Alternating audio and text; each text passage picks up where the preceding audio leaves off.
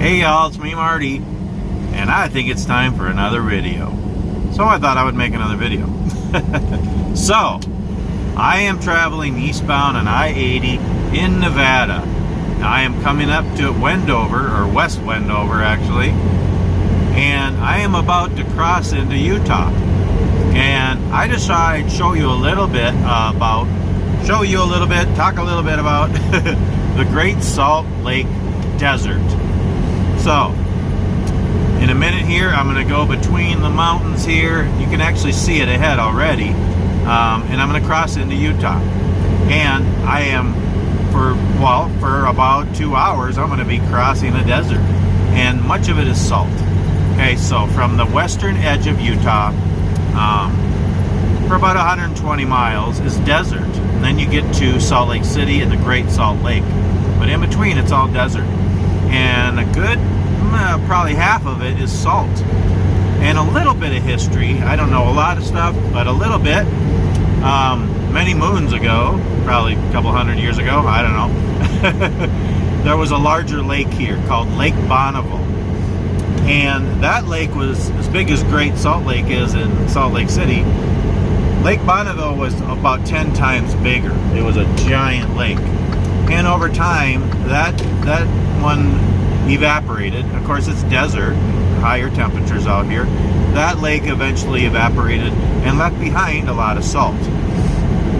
So you can see here on the right, this is West Wendover, Nevada. And that kind of switches over to Wendover, Utah. And anyway, yeah, Lake Bonneville evaporated and left a lot of salt. And so now there's salt flats there, pure white salt. And yeah, I mean, there's a lot of other minerals and different things in there. But it's bright white salt. And off to the right here, there is the Bonneville Raceway. And I think it was back in the 30s, they broke the land speed record. I think it was like 300 miles an hour or something like that. And, you know, it's because it's so flat and it's wide open. So that's where they would do that kind of thing. And I think there's still just races and different things. Actually, I think there's an old runway or military base here also, if I'm not mistaken. Correct me if I'm wrong. I don't know everything. I'm just learning. I like to share what I learn. Anyway, so the salt flats are really interesting. Basically, it's a high desert. It's still about 4,000 feet. Even though it seems low, it's still up there. And the salt flats, basically, it's around 30,000 acres. Also, the historic California Trail goes across it and into Nevada and into California. By the way, you know, the Donner Party, the Donner-Reed Party crossed over that. And, of course, you know that story and everything that happened on Donner Pass in California. And now we are in Utah. So this is Wendover, Utah. Anywho, but yeah, you know the story of the Donner Party, I'm sure. I came over Donner Pass yesterday and it was a little icy, a little sketchy. Anyway, so I'm going to come up. I decided to videotape when I'm coming through the kind of opening in the rocks here where they cut I-80 through and give you a glimpse of the salt flats of Utah. I'm going to pull over also and try to get a couple of little video clips of a couple interesting things about the salt flats also. But yeah, it's a long stretch of desert from the Nevada-Utah border all the way to Salt Lake City. And it's a lot of salt. It's a lot of white. And many travelers stop and leave their mark. And I'll try to show you a little bit of that in a little bit here too. Oh, it's really windy today. Yeah, I've been through rain and freezing rain and snow and sunshine and wind and everything today. Right now it's about 52 degrees, mostly sunny, kind of windy. I might have to go up over the scale up here. If I do, I'll pause the video. But otherwise, I'll get up here to where you can really see the whiteness. And I'll pull over and do a couple little clips here. Not going to be a long video, but just wanted to give you a little glimpse of the salt flats of Utah.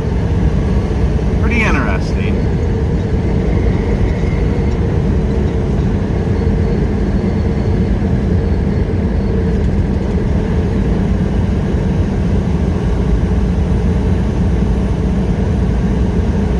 There's, I believe there's 2 rest areas in the 120 mile stretch, and I think there's 1 truck stop, or maybe 2 little truck stops, but not much. It's a big stretch of desert highway with not much in between. Oh, I got the green light, so I don't gotta go on the scale, so I'll keep the video rolling. So yeah, the exit for the Bonneville Speedway is coming up here. And I think there's a rest area and a truck stop up here on the left, well, and one on the right also. Looks like there's snow and rain up ahead.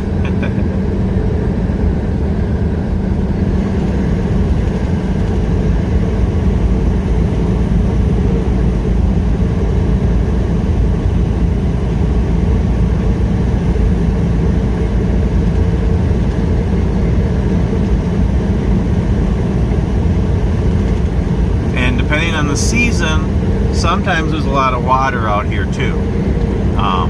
You know, the rain and snow melt kind of mixes in with the salt, and it almost looks like lakes out here in the salt flats. But then in the summer months, it's more dried up. It's like there's birds and ducks and everything in the water over there on the right.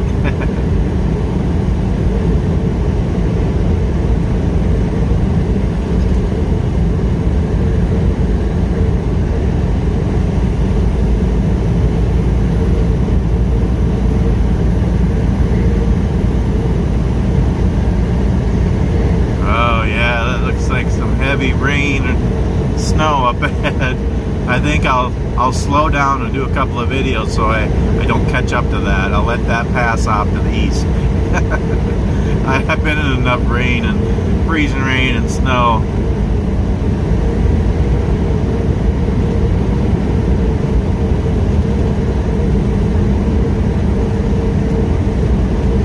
Now it doesn't look as white as it usually does here, because it's so wet, the rain and the snow, but in the summertime this is bright white, and actually get a little further up ahead here and it looks whiter.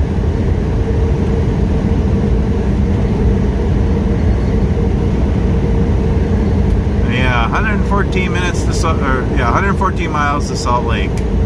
But yeah, it's about 120 miles across.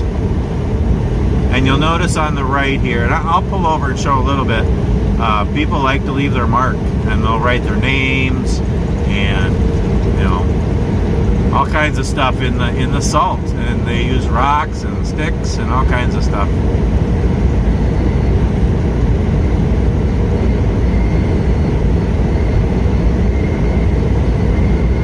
Lots of salt. And I don't really know, on the eastern edge of this, and you get closer to Salt Lake, there's a couple of big companies there, Cargill and I don't know, a couple of them, and they're you know, refining and processing the salt, and I assume they make it into table salt, and maybe water softener salt and all kinds of stuff. I don't know. And you see, it's getting whiter here now. Actually, quite a bit of water out here this time of year. Rains and melting snow, and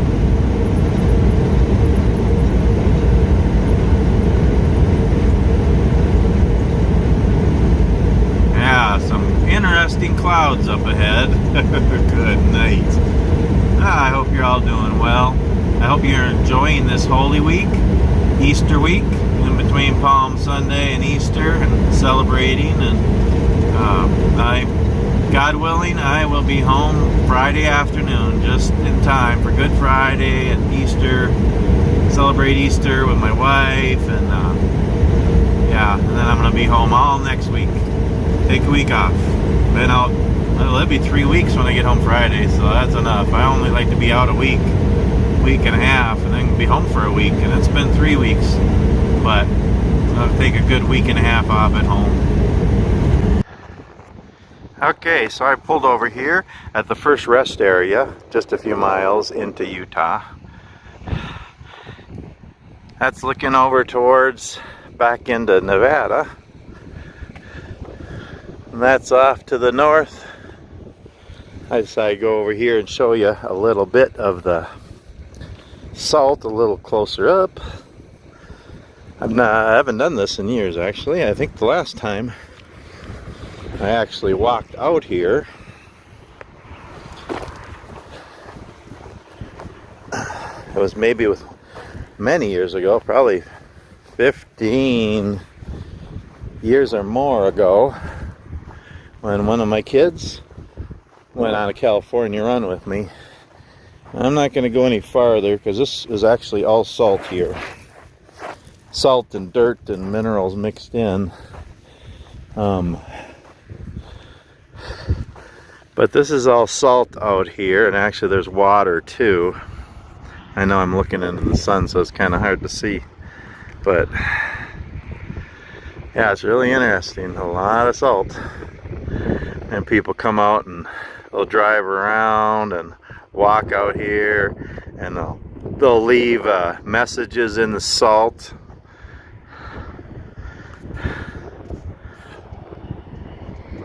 I don't suggest that because I guess it could be pretty deep in some places. Again, it's much brighter white when it's not as, you know, the water and the melting snow and everything. I'm going to go back over this way and show you a little bit on the other side of the highway, on the north side. It's actually really pretty. You know, I think I'm going to do it from my truck window because it's a little higher. Okay, we got a better view here looking from my truck window. This is looking on the north side of I-80. And you can see all the salt out there. Also water. And gorgeous mountains.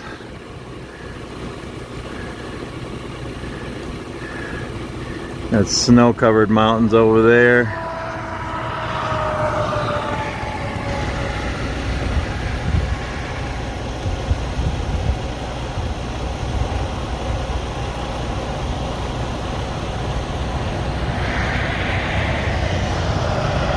So I'm going to keep rolling east and show you a bit more.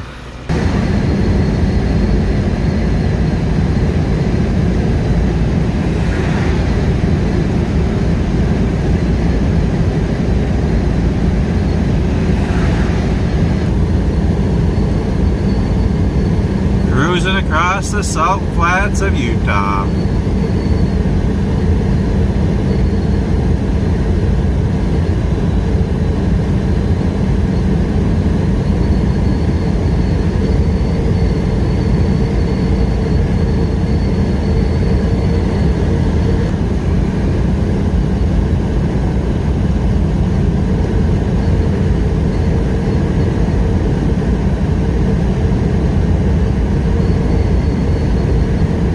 You can see a lot of tracks on the right where people took their cars and dune buggies and motorcycles or whatever and just went cruising across the salt. Again, I wouldn't advise that.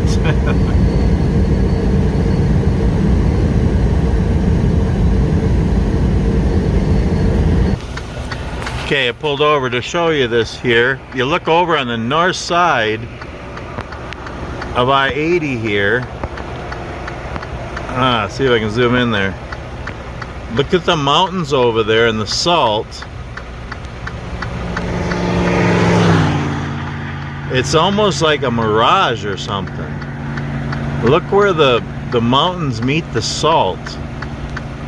Really interesting. It almost looks like some of those mountains are floating.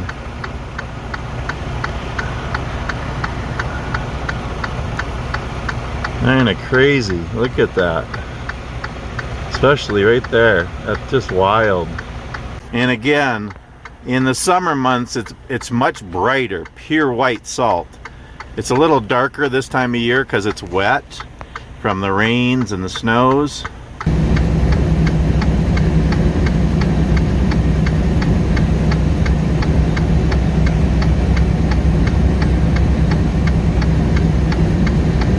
All kinds of writings out in the salt, rocks and branches, and I seen some candles out there, some tires, some ceramic mugs and vases. People do all kinds of different things out there. And look at all the tracks.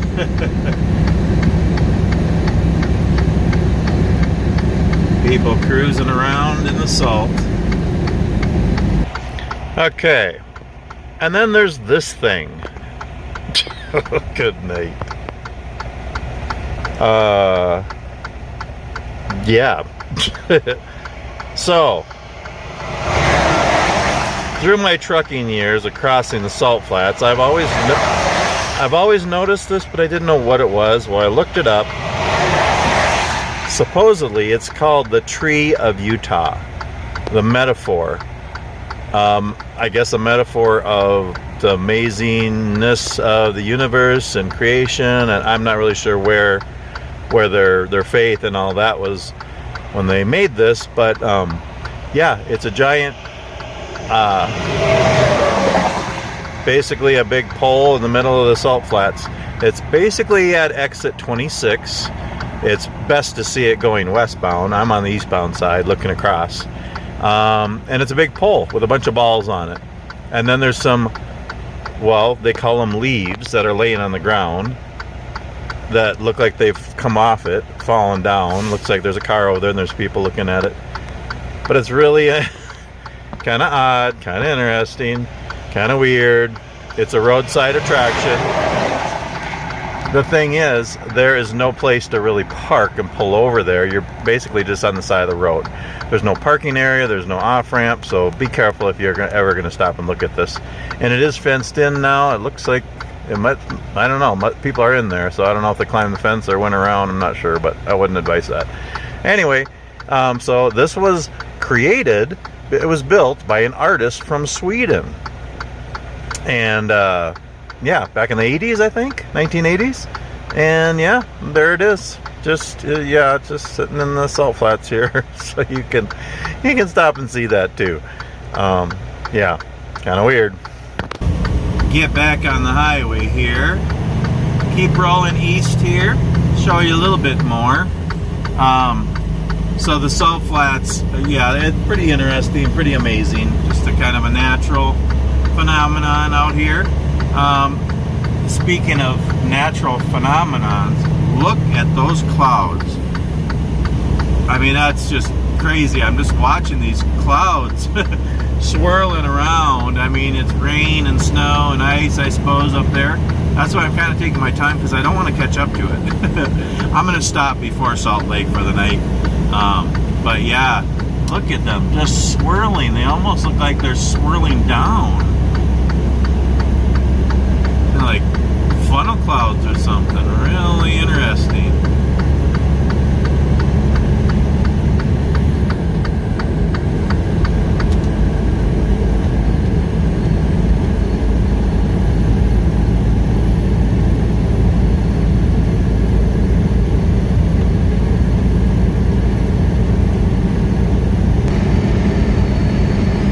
Again, you can see lots of tracks and different things out there in the salt where people went out and carved their names, wrote their names in the salt, or they, you know, used rocks and branches and all kinds of stuff. I think everybody who goes through here for the first time has to stop and write something. I remember right when my kids went with me on trucking runs to California, and we all stopped here, and I think we got some salt in a bottle and wrote our names in the salt.